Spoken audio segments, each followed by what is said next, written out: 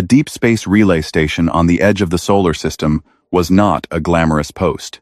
It was a small metal box, floating in the cold dark, staffed by 3 technicians, whose biggest problem was usually a faulty coffee machine and the slow boredom that came with monitoring static. Operator Dina Marsh had been staring at her screen for 6 hours when the signal came in. It did not come in quietly. It came in on every frequency at once. Every band, every channel, every wavelength that civilized species used to talk to one another across the stars. It was the galactic equivalent of someone kicking open every door in a crowded building and screaming from the center of the room. The station's systems lit up like a fire alarm. Dina pulled off her headphones, rubbed her eyes, and leaned forward. "Kareem," she said slowly, "you need to come look at this." The signal was a broadcast, a deliberate, wide-range transmission sent out to every world in the galactic conclave and beyond. The sender was the Vreth Dominion, a powerful empire that occupied a stretch of space 2 sectors away from human territory. Humanity knew the Vreth. Most species in the conclave did. The Vreth were the kind of civilization that made neighbors lock their doors and keep quiet. They expanded slowly but without mercy, absorbing smaller systems through pressure, threats, and when those failed, through fire. The broadcast opened with their imperial crest, a sharp, angular symbol that looked vaguely like a claw. Then came the voice of the Vreth High Chancellor, translated by the station's AI into flat, precise English. The message was not long. It did not need to be. The Aelhari had refused. That was the beginning and the end of the Vreth's explanation. The Aelhari, a small, quiet species who lived in 3 star systems near the edge of explored space, had been given an offer by the Vreth Dominion. Surrender their systems, accept Vreth rule, pay tribute, live as a subject people. The Aelhari had met, discussed it for 2 weeks, and then sent back a single, polite, firm refusal. The Vreth Chancellor's voice was calm as he explained what that refusal meant. Then the broadcast cut to footage. Dina Marsh had seen ugly things in her career. She had reviewed conflict data from border skirmishes, studied old war archives from Earth's own bloody history, processed distress signals from failed colony ships. But what she watched in the next 4 minutes made her grip the edge of her console and stop breathing. The footage showed an Aelhari colony world from orbit. It was a green and blue planet, small, quiet-looking, the kind of world that reminded her of old nature films from Earth. Then the Vreth ships came into frame. They were enormous. They hung above the planet like dark moons. And then they fired, not targeting military installations, not hitting power grids or government buildings. They fired on everything. Cities became white flashes. The green turned brown. A planet of roughly 800,000 people, farmers, teachers, children, elders, stopped existing in the time it took Dina to finish her cup of cold coffee. The Vreth Chancellor returned to the screen. His message to the rest of the galaxy was simple. This was a demonstration. Any species considering similar resistance should take note. The Aelhari had 2 remaining colony worlds, and their homeworld. The Vreth would take them in time. Anyone who involved themselves in what the Chancellor called an internal expansion matter would be considered a hostile party. The broadcast ended. Dina sat in silence for a long time. Then she filed the transmission upward with an urgency flag she had never used before in her career. Within hours, the broadcast had reached every major world in human space.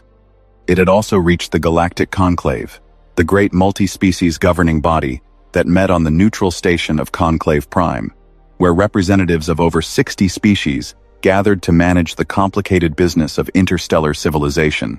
The Conclave's emergency session was called the next morning. It lasted 9 hours.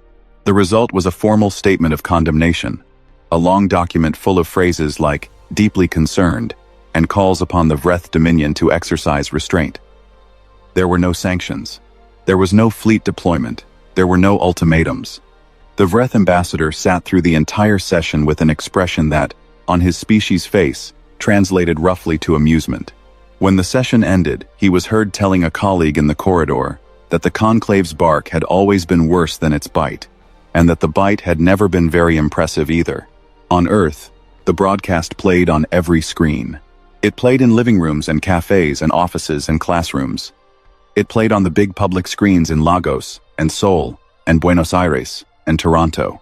People stood in streets and watched it. Nobody needed the translation AI to understand what they were seeing. The footage was its own language. A planet burned. 800,000 people gone. Because they said no. There was crying. There was shouting. There were people who turned their screens off and sat in the dark because they couldn't stand to look at it anymore. There were others who couldn't look away. But the thing that those watching closely would later note, the thing that a Vreth political analyst would later call the single greatest miscalculation in his empire's history, was the silence that came after. Not the silence of people who were scared. Not the silence of a species calculating how far away the Vreth were and whether this was really their problem. It was a different kind of silence. Anyone who had lived through a storm knew the feeling, that moment when the wind stops, just before the worst of it hits. That breathless, loaded pause. It was the silence of a species that was remembering something. Humans had a long memory, longer and darker than most species in the conclave knew, because humanity had spent most of its history on one small world, doing terrible things to itself, learning hard lessons over and over again, until enough of those lessons finally stuck. They had built empires and burned them. They had drawn lines across maps and killed millions over those lines. They had marched people into camps. They had dropped fire from the sky on cities full of ordinary people. And then, slowly, painfully, generation by generation, they had looked at what they had done and decided they did not want to be that anymore. They had made promises. Not just laws. Not just treaties. Promises the kind that sat in the bone, that got passed from parent to child, that showed up in the way humans tensed when they saw certain kinds of footage, the way a very old grief could wake up in a person who had never personally lived through the thing that caused it. Those promises had a specific shape. They had been made in specific words, after specific horrors. And every human watching that broadcast knew, without being told, without a speech or a politician's guidance, that they were looking at the shape of those promises being broken. Not by them. Not yet. But in front of them. In the dark of space, 2 sectors away, on a green and blue world that was now ash. The silence stretched across every human city on Earth, and Mars, and the colonies beyond. Then it broke. Senator Amara Diallo had not slept. She had watched the broadcast 3 times in her office, not because she wanted to, but because she needed to be sure she was seeing exactly what she was seeing. She was a careful woman. She had spent 30 years in politics on Earth's Global Council, and she knew that careful women did not react to things. They understood them first. So she watched. She read the conclave's response. She read the intelligence summaries that were quietly placed on her desk by people who had also not slept. Then she stood up, walked to the council floor, and spoke. She did not prepare notes. She had never needed notes for the things that mattered most. "There is a species called the Aelhari," she said, and the chamber was quiet from the first word. "Most of us have never met one. Their worlds are far from ours, and they are not a people who travel much or make noise in the conclave's halls. They are farmers and teachers and artists. They build with their hands. They raise their children in homes that are, from the images we have seen, quite beautiful." She paused. The screen behind her showed the broadcast footage, not the burning, but the before. Green fields, towers that caught sunlight in strange colors, children in what looked like a schoolyard. They said no to the Vreth dominion. She continued. That was their only crime, and 800,000 of them were burned from space for it. While the Galactic Conclave issued a statement of concern, the chamber was still. "I am 61 years old," Amara said. "My grandmother's grandmother survived something on this planet that looked exactly like what we just watched happen in space. She lived the rest of her life with the specific and terrible knowledge that the world had seen it happening and chosen, very carefully, to look away. She let that sit in the air. We have seen this before," she said then, her voice steady and low. "We know exactly what this is. We know what it leads to, and we know what it costs when it is not stopped. And we know in our bones what it means to be the people who watched and did nothing." She looked slowly around the chamber. "We swore. When we were a young and broken species, covered in the blood of what we had done to each other, We swore that if we ever had the power and the chance, never again. Not by our hand. Not on our watch. She sat down. She did not raise her voice once. The speech lasted 4 minutes and 20 seconds. It was broadcast live, as all council sessions were, across every human world. Within an hour, it had been seen by more people than any political address in recorded human history. Not because of clever editing or media strategy, but because people were already sitting at their screens, waiting to hear someone say the thing they were all feeling. She had said it. The reaction was not chaotic. That was the part that confused outside observers, the Vreth analysts, the conclave diplomats who were watching human networks carefully after the broadcast. They expected protests, maybe riots, the kind of noisy civilian outrage that burned hot and faded fast. They expected politicians to argue about whether this was humanity's business, about the cost of involvement, about the risk of provoking the Vreth. Some of that happened. But underneath it, something else was moving. Something quieter and far more organized. The military reserve notification system sent out its first activation codes within 36 hours of Senator Diallo's speech. It was not an emergency call-up, not yet. It was a readiness check. A quiet message sent to every trained reservist in human space. Be aware, be available, wait for further instruction. The response rate was over 90% within 12 hours. The system had never seen numbers like that outside of a declared emergency. On the lunar shipyards, the night shift supervisors found their facilities fully staffed when they arrived for their morning round. Workers who were not scheduled had simply shown up. One yard foreman, a heavyset man named Toby who had worked the yards for 20 years later, told a reporter that he had walked in to find his crew already at their stations, already pulling retrofit orders from the system queue. Nobody called them.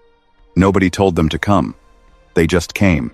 The factories on Mars began retooling. The deep space mining operations that fed raw materials to those factories quietly doubled their output schedules. Supply chains that normally operated on civilian timelines began shifting to military ones, not through government orders, but through the individual decisions of thousands of workers and managers and logistics coordinators who read the news, looked at their jobs, and decided that what they did next mattered. It was not a machine that woke up. It was people, millions of them, moving in the same direction without being told to, because they all read the same history. Meanwhile, in parts of human space that were not on any public map, people who did very quiet work for a government branch that did not officially exist began moving too. They traveled on civilian documents. They filed flight plans for legitimate commercial routes. They arrived in systems near Vreth space and did unremarkable things, took jobs, rented rooms, made friends in the right places. Intelligence assets that had been planted years ago for contingencies that everyone hoped would never come were activated, one by one, with brief, coded signals. Humanity had always been a species that planned for things it hoped it would never need. Old habit. Expensive one. Worth it, apparently. The Vreth ambassador to the conclave, a tall creature with sharp features and an easy confidence that had served him well for decades in galactic politics, held a press briefing 3 days after the broadcast. He addressed the human reaction directly, in the mild and slightly patronizing tone he was known for. We understand the humans are experiencing some emotional distress regarding the Ailhari matter, he said. It is a young species' natural response to imagery that is, admittedly, quite dramatic. We expect this will pass. The Vreth Dominion has no quarrel with humanity, and we trust that cooler heads will prevail as they process their feelings. He paused, then added with the closest thing his face could form to a smile. The children are upset. Let them cry. The quote was picked up immediately. It moved through human networks at extraordinary speed. Someone turned it into a poster, just the words, plain white text on black. It appeared in windows and on walls and on the sides of buildings within hours. No one organized the campaign. It simply happened, the way certain things did when a large number of people shared the same feeling, at the same time, and the same words crystallized it for them. In a hospital on a quiet Ailhari colony ship, drifting near conclave space, one of the few vessels that had escaped before the burning, a doctor named Seun was treating survivors when a small notification appeared on his personal.com from an Earth address he didn't recognize. He opened it. It was a single encrypted message. No signature, no official header. Hold your people together. Help is coming. We do not break promises. Soon read it twice. Then he put his comm away and went back to work. And for the first time in 3 days, his hands were not shaking. The Vreth border sensor network was designed to give early warning of approaching fleets. It was a good system, layers of passive detection buoys stretched across hundreds of thousands of kilometers, tuned to pick up the gravitational ripples of ships dropping out of faster-than-light travel. The Vreth had built it over decades to make sure no enemy could ever surprise them. When the alarm finally triggered, deep in the outer edge of Vreth-claimed space, the sensor operators had approximately 4 seconds of warning before the ships arrived. 4 seconds was not enough. The Terran Expeditionary Armada dropped out of FTL in a rolling wave, not a single mass emergence, which would have been easy to track and respond to, but a staggered, overlapping sequence that covered a vast stretch of space simultaneously. Ships appeared in dozens of locations at once, and by the time the Vreth border stations had processed the first group, the rest were already in formation and moving. The formation itself was the first thing that made the Vreth tactical officers pause. It was not a classic battle spread, not the wide, aggressive wings that most attacking fleets use to maximize firepower. It was tight, dense, moving in close coordination with very little wasted space between groups. It looked less like a charging army, and more like something that had been packed and locked, and was now simply being released. One Vreth tactical officer, reviewing sensor data later, would write in his report that the fleet moved the way he imagined. A controlled detonation moved everything held and compressed until the right moment. There were no hails. Every species in the conclave had protocols for first contact in a military situation, signals sent ahead, identification broadcasts, some form of communication that said, "Here we are, and this is why, and here are our demands." The human fleet sent nothing. It simply moved. The silence was not an oversight. It was a choice. And every Vreth officer watching the sensor feeds felt the weight of that choice in a way they found difficult to explain to their superiors afterward. Commander Yara Osei stood on the bridge of the carrier Relentless and watched the tactical display without speaking. She was not a dramatic person by nature. She was a short, dark-skinned woman in her early 50s, with close-cut gray hair and very steady hands. And the thing her crew had always noted about her was that she became quieter as situations became more serious. In a training exercise, she was talkative, relaxed, prone to dry jokes. In the 3 days since the fleet left human space, she had said almost nothing that was not a direct operational instruction. She looked at the display. She looked at the projected path to the Aelhari colony worlds. She thought about what she knew was still happening on those worlds while she stood here. "Navigation," she said. "Commander. Maintain current course and speed." "Yes, Commander." That was all. The diplomatic ships came within 6 hours. 3 of them, one from the Conclave's neutral peacekeeping division, one from a species called the Thuhari, who were known for successful arbitration, and one from a minor empire that had trade ties with the Vreth and had been asked to help smooth things over. They arranged themselves in the Terran fleet's path and began broadcasting simultaneously on all frequencies. "Please communicate. Please respond. There is still an opportunity for a peaceful resolution. The Conclave is willing to mediate. Please respond." Commander Osei waited until all 3 ships had finished their initial broadcast. Then, she opened a channel to all 3 simultaneously. "We see you," she said. "We are not stopping. Move your ships out of the approach corridor, or we will navigate around you, and I cannot guarantee your safety in the space between our formations." A long pause from the diplomatic convoy. "Commander Osei," said the Conclave representative, a senior diplomat named Velith, with decades of experience and a voice trained to stay calm in every situation. "Surely we can discuss." "There is nothing to discuss," Osei said. "The Vreth burned a planet." The Conclave issued a statement. "We are doing something else. Stand aside." She closed the channel. The diplomatic ships moved aside. Velith filed an official objection, but he filed it while moving his ship out of the path of the Terran fleet. and that fact was noted by every observer watching the feeds. On board the fast attack frigate Consequence, part of the secondary fleet that had broken away from the main armada, 6 hours after departure, Lieutenant Commander Hassan Reeves was doing something that looked, from the outside, nothing like combat.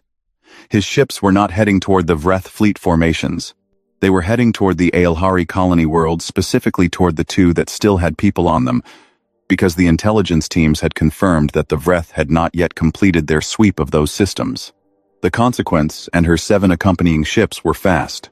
Faster than anything in the Vreth's current deployment, because they had been built for exactly this kind of operation: deep insertion, hostile extraction, get in fast and get out faster. They were not warships in the traditional sense.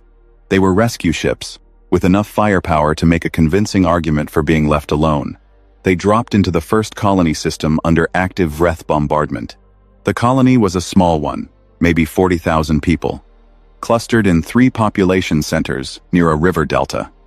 The Vreth had 2 destroyers in low orbit, and were methodically working through the settlement grid. Reeves assessed the situation in the time it took to read the tactical display, then started talking. Target the destroyer on the eastern orbit. Single volley, shields and engines only. I want it disabled, not destroyed. Second ship. You have 30 seconds to respond to our hail before we do the same to you. The first destroyer was disabled before it could complete a targeting solution. The second one responded to the hail. Reeves put his face on the channel. You are interfering with a sanctioned Vreth. Stop firing on the ground, Reeves said. Right now. Then sit there and don't move. We are evacuating these people, and we are leaving. If you open fire on our rescue craft or on the colony again before we are done, I will remove your ship from orbit. That is not a threat. It is information. The Vreth ship stopped firing. Reeves cut the channel and turned to his operations team. Get the transports moving.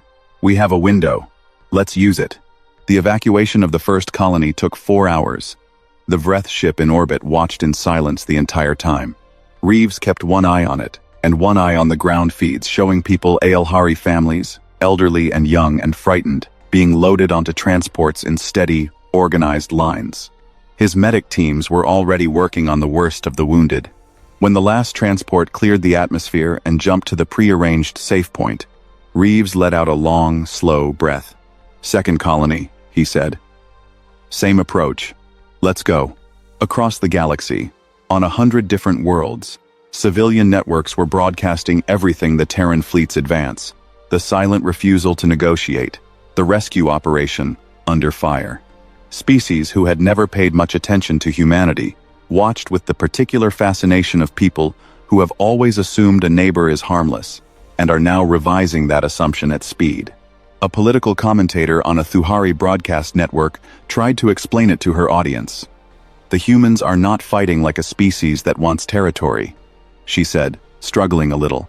They are not fighting like a species that wants resources or power or a favorable trade agreement. They are fighting like a species that is angry. And I think what makes this so difficult to understand for many of us is that they are angry on behalf of someone else. She paused, looking at footage of the rescue transports rising from the colony world. I am not sure we have a word for that, she admitted. The battle for the Vreth Dominion's outer defense line lasted 11 hours. By any measure of fleet size and firepower, it should have lasted longer. The Vreth had prepared that line over decades: deep-anchored orbital platforms, interlocking fields of fire, defensive formations that had been drilled into Vreth commanders since their earliest military training. It was a serious defensive structure built by a serious military power. The Vreth had used it before to hold off fleets larger than the human one. But the commanders who had attacked that line before did not fight the way humans did. The first thing the Vreth noticed was that the human fleet did not attack in predictable patterns. Most military forces across the dozens of species the Vreth had fought in their long history used established doctrines. They had formations and tactics that they trained with, and in battle they executed those formations and tactics. There was a kind of logic to it, a grammar that experienced commanders could read. You learn to predict the enemy. You set your defenses to answer their patterns. The human fleet did not have one pattern. It had hundreds, and it changed them. Within the first 2 hours of engagement, The Vreth Tactical Command Staff had identified 6 distinct attack approaches from different human fleet groups. By the time they had adjusted their defensive formations to answer those approaches, the human groups had already shifted to 3 different ones. The Vreth were always answering the last thing they had seen. The humans were always doing the next thing. One senior Vreth tactical officer put it in his after-action report with a kind of exhausted honesty. They adapt in real time, at fleet scale, in the middle of a battle. I am not sure how this is organizationally possible. It should not be organizationally possible. Their commanders appear to be improvising, but the improvisation is coordinated. I have no framework for this. The framework, had anyone asked, was simply that humans had spent most of their existence fighting each other. Not skirmishes or border disputes, but serious, total, desperate wars. Wars where losing meant annihilation, where the enemy knew your tactics because they had read the same books you had, where adaptation was not an advantage, but a survival requirement. The Vreth had spent their military history fighting species that were weaker and less experienced. They were very good at beating opponents who played by the rules. They had no preparation for an opponent who had spent 10,000 years learning to throw the rules away when the rules stopped working. The outer line broke at hour 11, not from a single decisive blow, but from 100 small breaks opening at once, as exhausted Vreth formations finally failed to answer the relentless, shifting pressure. The human fleet moved through the gaps without pausing and pressed toward the inner systems. Commander Ose received the breakthrough report on the bridge of the Relentless. She noted it, updated the tactical map, and continued. 2 days later they reached the Vreth core systems, and the High Command made its move. The transmission came in on every frequency another broadcast, the second one the Vreth had sent to the galaxy in this war. But this one was not confident. This one was desperate, and desperation had a way of making powerful people reach for terrible things. The footage showed a detention facility on one of the Vreth core worlds. Inside it were Aelhari, approximately 9,000 of them, civilians who had been captured during earlier Vreth operations and held as what the Chancellor now openly called leverage. He was direct about it. If the Terran fleet continued its advance, they would die. The Chancellor gave a timeline, 12 hours to halt, or the facility would be destroyed. The broadcast went to the whole galaxy. Every species watching the feeds waited to see what Commander Ose would do. She did not stop the fleet. She also did not ignore the broadcast. Within 40 seconds of it reaching the Relentless, she had already opened a channel to a section of her fleet that had been traveling quietly on the outer edge of the Formation 12 Small. Fast ships under the command of a major named Rin Sato, whose entire unit's purpose was to handle problems that the main fleet was too large and too visible to handle. Sato, Ose said. I already saw it, Sato replied. Her voice was calm and focused in the way that people who train obsessively for difficult things are calm and focused when those things actually happen. I have the facility coordinates from the intelligence package. Requesting authorization. You have it, Ose said. Bring them out. Understood. Sato's 12 ships peeled away from the formation and accelerated. What happened next was watched live by most of the galaxy, because the Vreth had been broadcasting from the facility and the feeds were still active. The 12 human ships dropped out of FTL at point-blank range from the facility, a distance that was technically insane, that required a level of navigational precision that most species considered inadvisable. They had precisely calculated it. 3 ships formed a defensive screen against the facility's armed guards. 6 ships locked onto the facility's structure with a combination of precision breaching tools and transport beams. 3 ships jammed every Vreth communication in the area to prevent any remote destruct signals from getting through. It took 11 minutes. Every person in that facility was pulled out. The last transport cleared the facility. With 47 seconds left on the Chancellor's deadline, Sato's voice came over the fleet channel, quiet and even. Extraction complete. 9,412 people. We're coming home. On the bridge of the Relentless, Commander Ose's navigator let out a sound that was half laugh and half something else. A few people who were facing away from their stations allowed themselves a moment to close their eyes. Ose herself did not visibly react. She updated the tactical map again, Maintain advance, she said. The Vreth fleet that came out to defend the capital system was their last major force. Everything they had held back, everything they had pulled from outer postings and reserve stations. It was a substantial fleet. It fought hard. Vreth warriors were not cowards. They fought with real discipline and real courage, and they made the human fleet earn every kilometer of ground. But the Vreth High Command had built their entire military doctrine around the idea that they would fight from a position of advantage, more power than their enemies, better position, better preparation. This was the first time in the Dominion's history that they found themselves fighting without any of those things, and they had no tradition to fall back on. No doctrine for fighting at a disadvantage. No historical examples to follow.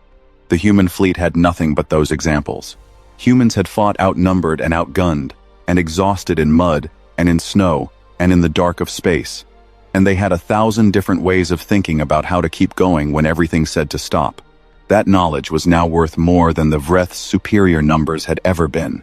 The Vreth Capital Defense Fleet broke at the end of the second engagement day. Ships began surrendering in groups. A few attempted to retreat. Most simply stopped fighting. The Chancellor was captured in his administrative complex, still transmitting demands for a ceasefire to a fleet that had stopped taking his transmissions. He had expected, at the moment of capture, that the humans would be dramatic about it, that there would be a speech, a display of power, some statement of dominance. Commander Ose sent 4 soldiers and a legal officer. The legal officer read the Chancellor his rights under the Conclave's war crimes statute and placed him under formal arrest. It was handled like paperwork. In the Conclave chamber, where representatives had been watching the feeds for days with expressions ranging from stunned to shamed to genuinely frightened, the Vreth ambassador finally had nothing left to say. He sat in his chair and stared at the display and said nothing at all.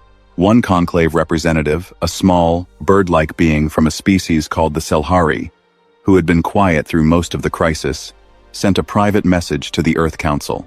It contained 3 words in Standard Galactic. Thank you. Finally, the morning after the Vreth fleet surrendered, Commander Yara Ose walked outside. The Vreth capital city was large and, in a different time, probably impressive wide streets, tall buildings with sharp angular architecture, everything built to look powerful and permanent. Now it was quiet in the way that cities become quiet, when something enormous has just ended. People were inside. The military presence was human, for the moment, standing at intersections and facility entrances, with the specific, careful stillness of soldiers who have been told to keep the peace and mean it. Ose walked for 20 minutes without a destination. Her aide trailed her at a respectful distance, understanding that this was not the time to talk. She looked at the city. She thought about the people inside the buildings. Ordinary Vreth, people who had not chosen this war, who had gone to work and raised their families and lived their lives inside an empire whose decisions they did not personally make and whose consequences they were now living with. She thought about 800,000 Aelhari who would never walk outside again. Then she went back inside and got to work. The terms of resolution were written and finalized over 3 days. There were no theatrics. There was no ceremony designed to humiliate. Ose sat across a long table from the remaining Vreth governmental officials. The Chancellor was in custody, and the people across from her were administrators and ministers who had, by the end of this, wanted none of it, and went through the document, point by point. Full restoration of all Aelhari territory. Every system, every world. Unconditionally and immediately. A Vreth military drawdown to a level agreed on by an independent conclave monitoring body. The formation of a war crimes tribunal, with conclave oversight, to process charges against the individuals who planned and executed the burning of the Aelhari colony. Financial reparations, structured over 100 years, paid into a fund managed jointly by the Aelhari government and an independent commission. And then the thing that everyone expected and did not get. No occupation, no annexation, no permanent human presence on Vreth worlds. No demand for resources, or territory, or political submission. The Vreth Dominion would continue to exist. One of the Vreth ministers, an older man whose species showed age in the graying of the patterns on their skin, looked up from the document and across at Commander Ose. He had the expression of someone trying to solve a problem that did not fit any category he had. "You are not taking anything," he said, not accusingly, just trying to understand. "No," Osei said. "You could." "Yes." He looked at her for a moment longer. "Why not?" Osei set down her pen. "Because we have a rule," she said, "about not becoming the thing we came here to stop." She picked her pen back up. The minister looked at the document for a long time, and then signed it. Outside in the corridor afterward, Osei's aide, a young lieutenant named Priya, who had been professional and composed for the entire campaign, stood very still, and then quietly put her face in her hands for about 10 seconds. Then she straightened up, smoothed her uniform, and walked to rejoin the commander. Osei pretended not to notice, which was the kindest thing she could do. The Galactic Conclave met in full session 1 week after the resolution was signed. It was the most attended session in Conclave history, every member species present, every seat filled, hundreds of observer craft crowding the space around Conclave Prime. Veleth, the diplomat who had been moved aside in space by the Terran fleet, gave the opening remarks. He was a careful, experienced man, and he spoke carefully. He said that the Conclave had to reckon with what it had failed to do. He said that a mutual defense clause that had existed in the Conclave's founding documents for over 200 years and had been quietly ignored almost since it was written, needed to become a real and functional policy. He said that the principle of one species problem is every species problem, when that problem involves the extermination of a people, was not a principle that could be treated as optional. He did not say these things as a personal change of heart that came from nowhere. He said them because every representative in that chamber had watched the feeds. They had watched a human fleet fight a war. They had no legal obligation to fight and no territorial gain to show for it. They had watched humans pull 9,000 people from a facility under deadline fire. They had watched the resolution terms and seen that humanity had written accountability into them without writing conquest. It was difficult, after watching all of that, to go back to the comfortable position of concerned non-involvement. The position felt smaller than it had before. There were still speeches pushing back. There were still representatives who worried about precedent, about cost, about how this would affect their own political arrangements with powerful neighbors. That conversation did not go away. But it was, for the first time in a long time, genuinely outnumbered. On the Aelhari homeworld partly restored, still carrying the visible damage of what had been done to its sister colonies, but standing an elder named Mirali, supervised the first new construction project in the central city. It was a memorial, not a monument to humanity. The Aelhari had discussed this carefully and at length, and had decided that they did not want to build a monument that said, "Here is the powerful species that rescued us." What they wanted was something different. What they built was an open space. A wide, quiet square, paved in pale stone, with a single structure at its center. A tall, simple column, with no name on it, and no symbol. Around it they planted trees, Aelhari trees, the kind that had grown on the colony world before it was burned. Seeds that had been saved by families carrying whatever they could as they ran. The trees would take decades to grow to their full height. The inscription at the base of the column was short.